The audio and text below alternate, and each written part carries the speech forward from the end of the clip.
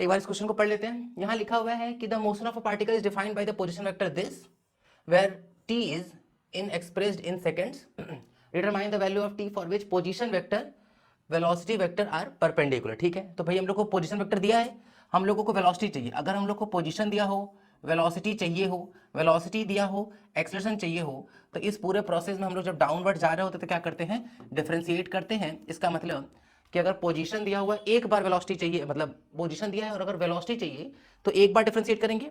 Position दिया होता है, एक्सेलरेशन चाहिए होता है तो दो बार डिफरेंशिएट करते हैं।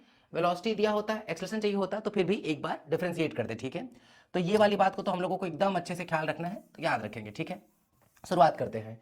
आर वेक्टर तो हम लोगों को क्लियरली गिवन ही है, तो शुरुआत करें वहां से। अगर तो R vector is equal to क्या हो जाएगा, cos T I cap plus of sine T J cap. इसको करते हैं हम लोग डिफरेंशिएट।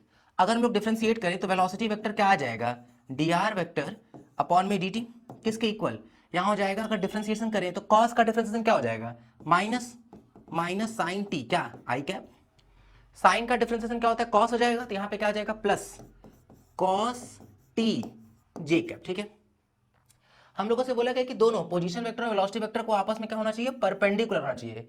भाई ये हम लोगों को वेक्टर की प्रॉपर्टी से ख्याल रखना है कि दो वेक्टर अगर एक दूसरे के परपेंडिकुलर हैं तो उनका डॉट प्रोडक्ट पक्के से जीरो होना चाहिए, तो कर देते हैं zero. R vector dot V vector को हम लोग क्या कर देते हैं, जीरो, क्योंकि पोजीशन और वेलोसिटी दोनों हम लोग को क्या चाहिए, परपेंडिकुलर चाहिए। क्लियर ना, तो ध्यान रखते हैं।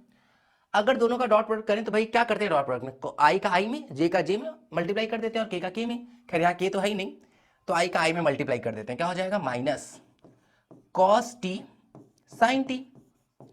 इन दोनों का मल्टीप्लाई कर लेंगे तो प्लस में साइन टी कॉस टी।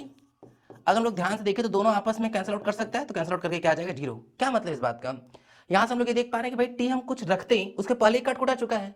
इसका मतलब टी कुछ भी रखेंगे 110% कटेगा ही कटेगा और हर बार जीरो आएगा ही आएगा। तो चाहे हम टी की वैल्यू 1 रखे तो भी ठीक है, 2 रखे तो भी ठीक है। इसका मतलब कि टी का कोई भी वैल्यू होगा उसके लिए परफेक्ट आएगा ही आएगा। क्लियर ना, थैंक यू।